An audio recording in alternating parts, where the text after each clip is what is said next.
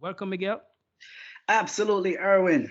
Ira, good evening to you. And of course, Ira, good evening to our distinguished listeners wherever in the world you're tuning in from. We thank you. I am Miguel Anthony Melbourne. This week on Melbourne Motivation, I'm excited to introduce to you one of the ambassadors we have in our community helping to advance what I call the cultural currency. Let me tell you more.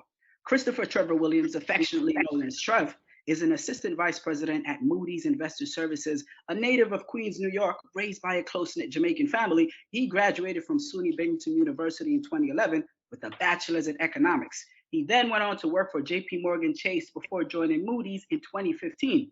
In addition to his professional endeavors, Chris concerns himself with the socio-economic issues impacting the inner city and Black and Latino communities.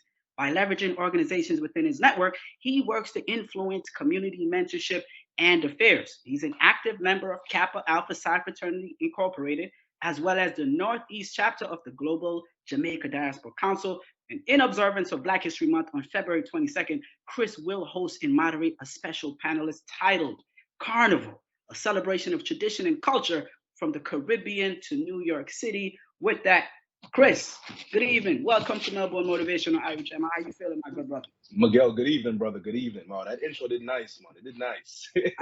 I tell you what, if you Thank you pay for me, that. Chris, I'll show up anywhere and say that intro if you pay me, Chris. Cool. Anywhere, just say the We're word. gonna work that out for sure. I like that one. Absolutely. It's an honor to be having this conversation with you, Chris. Of course, you and I met as members of the Northeast Global Jamaica Diaspora Youth Council. And just as we just heard from the candidates, there's so many more amazing individuals that's a part of that organization. So it's a privilege to be having this conversation. And folks, as you're listening, if you're still curious, look up the organization and join.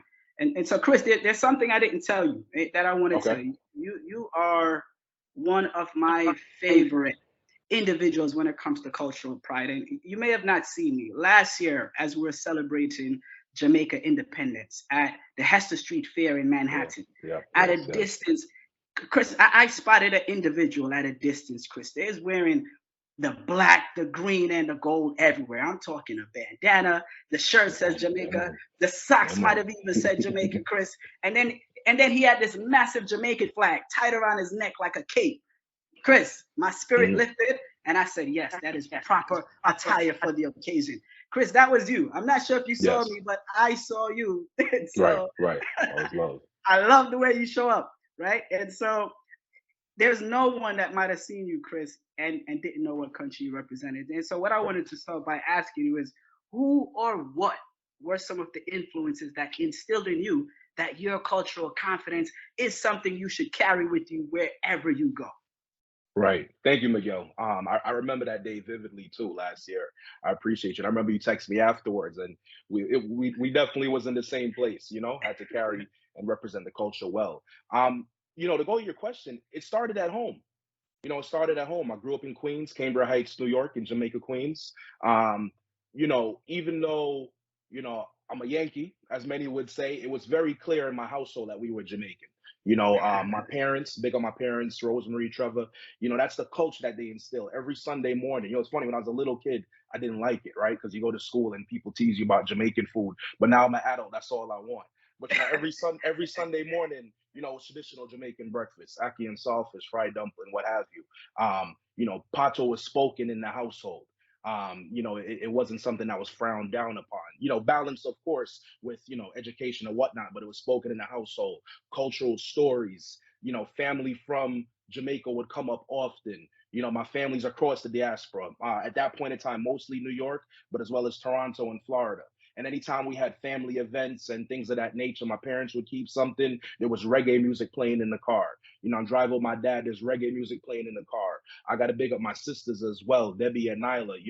A lot of Yes, reggae and dancehall, especially that of 90s course. dancehall when I was growing up. Uh-huh. A lot of that was playing as I'm spending time with them, listening to that kind of music. So it was very clear of what the culture was, Yeah, what my culture was, and very early I had a appreciation for it. It absolutely. wasn't it was something that I wanted to be a champion of.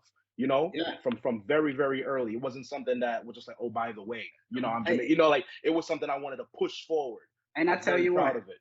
I love the way you are pushing it. Of course, we become adults and we realize that Jamaicans, we're everywhere. And isn't it Everywhere. funny how we become adults and we realize that the food that the world loves is Jamaican food. So Absolutely. it's very Absolutely. important. I love it. Trust me, I'm one of those guys too. You know, I have several capes that I walk around with.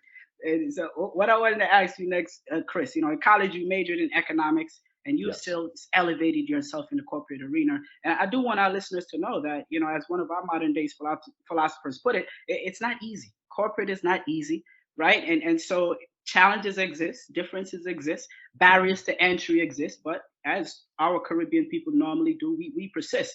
And so, can you just simplify for us what does the company that you work for do? What is your current role? And what quick advice would you give to Caribbean youth who are considering that corporate climb? Got it. So Moody's Investor Services is in the financial services space, financial sector, um, credit rating and research. That's the easiest way to put it. So if you think about how you and I have individual credit scores, every corporation, governments, the government of Jamaica, the government of the United States, they all have credit scores. It's a letter grade on the business side, though, as opposed to 0 to 800 on the personal side. And what that letter grade affects is their ability to take out capital, right? When the city of New York is doing a new construction project, they same way how when we get ready to get a house, we take out a mortgage, what have you. The terms is based on our credit score.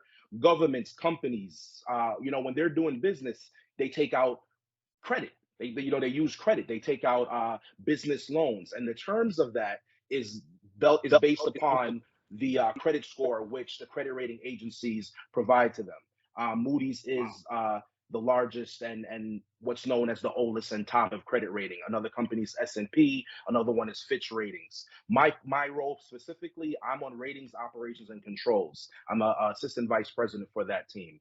And easiest way to put it, enhancing and elevating everything that we do from a platform aspect, trying to make our website better, trying to make our systems interact with each other more seamlessly, anything that keeps Moody's as the top in the credit rating agency, the top player in the credit rating agency.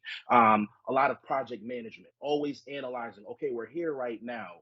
This is what our competition's doing. How do we get better? We're constantly, so, it's not really like doing the same work day in, day out. It's all Right. about change management and implementing effective change Yeah, for the corporation. Chris, I love the way you broke that down because as individuals, you know, we're very cognizant of our own personal scores and what that gives us the ability to do. But what we often don't do on a daily basis, especially, you know, in our community, is to think of the corporations that also have to Absolutely. live up to a certain standard.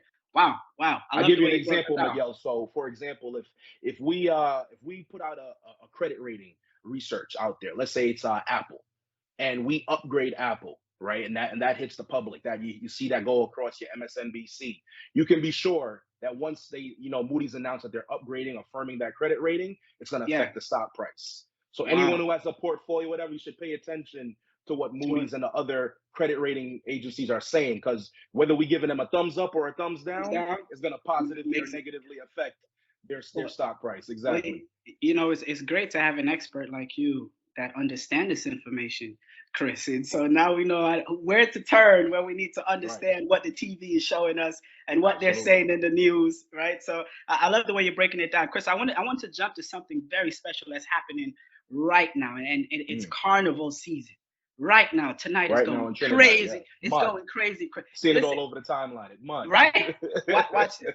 In American English, Chris, when they talk about carnival, they're typically referencing an amusement park, right? And, Yes. and rides, but that's not what Hmm. we're talking about. We're Right. talking about fete, we're talking about Hmm. juve, we're talking about playing mass, we're talking about Hmm. soca and calypso music, right? We're talking about panorama, right? That's what we're Hmm. talking about. And so, Chris, in line with the work that you do, you're doing something special. You're hosting an event that's called Carnival, a celebration of tradition and culture from the Caribbean to New York City. Can you just quickly tell us how did this event come about? Who's going to Mm. be there? And what, in your perspective, is one or two of the value that comes from an event like this?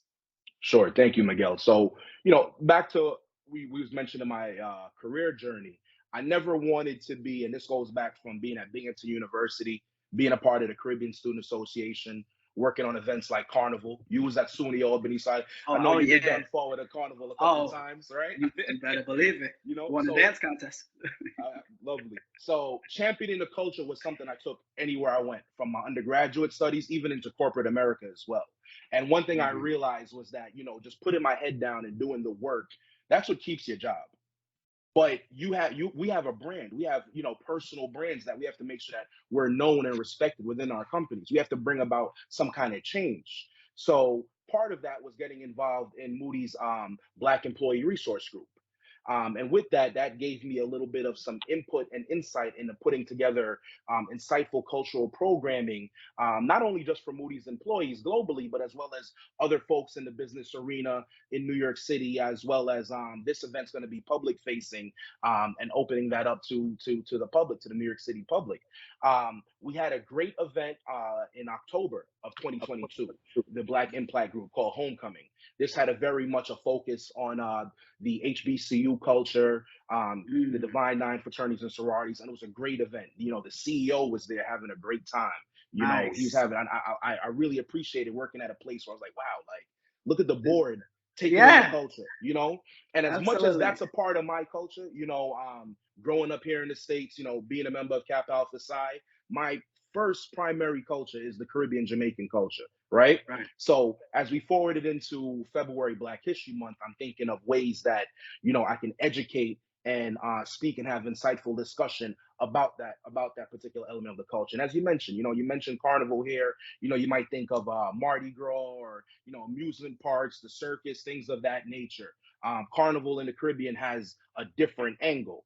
So what we're doing is we're having a discussion. We're having a celebration of Caribbean culture. We have Congresswoman Yvette Clarke from Brooklyn, who's of Jamaican descent as well, has long been a champion of the culture from a legislative and a cultural aspect. She will be on the panel. We have our mutual friend, Andrew Bennett, who started Good Bike Company, and he was involved in the West Indian Day Parade last year. We have Shelley Worrell, who started I Am Caribbean, very insightful and knowledgeable resource of just connecting the whole Caribbean diaspora in New York. If you go on Google Maps now and you kind of go down to the intersection of Notion and Church, you'll see it says Little Caribbean. It was informally known that way before, but it didn't have that specific designation on a map.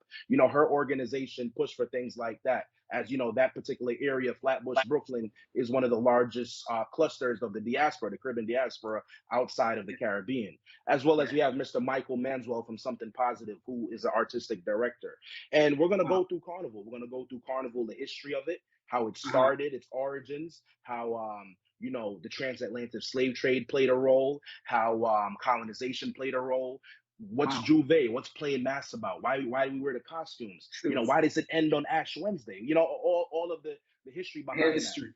But furthermore, bringing it to the United States, we're also going to talk about, and I have to, shout out the West Indian Carnival Association, the Labor Day Parade. Because as you mentioned before, being a champion of the culture, a real big thing is the West Indian Labor Day Parade was always a big time for us Jamaicans or Caribbeans abroad, whether we first gen, second gen, or immigrated here, to showcase our culture here in New York City. Well, Chris, let me do this. As we come to a fast close, let me say it's amazing to hear what you're doing, because oftentimes when we step into these corporate cultures, we think we have to leave our personal cultures behind. But this organization, this event, says that we do not, and we have champions like yourself all across corporate America in different industries that is pushing our culture forward. So, amazing event, right? And so I want folks to know how to follow you, how to contact you should they have more information. How do folks follow you? How do they connect with you and continue to keep up with your movement? Surely, on a professional aspect, LinkedIn's a great network and resource. Christopher T. Williams, if you type in Christopher T. Williams, Moody, so pop up on LinkedIn. This particular event on Instagram, Trev Stars, TREVSTARZZ, is my Instagram handle, and the link is right in the bio. It's public facing. Anyone can come out. They can go ahead and register an RSVP this Wednesday, February 22nd. I appreciate that. Ladies and gentlemen, you know how to get in touch with me. Facebook, Instagram, all over. Just type in Melbourne Motivation at this point on any search channel, and you're going to see us pop up. And so, Chris, this is just the first conversation, not the last. Absolutely. Erwin, Thank you very much, gentlemen. Chris, Erwin Clare Sr. You know Yes, Erwin yes. Clare Jr. I do. We went to All high school right. together. Anyway, Yes, gentlemen, thank you very much. Thanks, Yeah. thanks for the enthusiasm there, Chris. And Surely. some more. Thank you very much, Miguel. Until next week. Next week.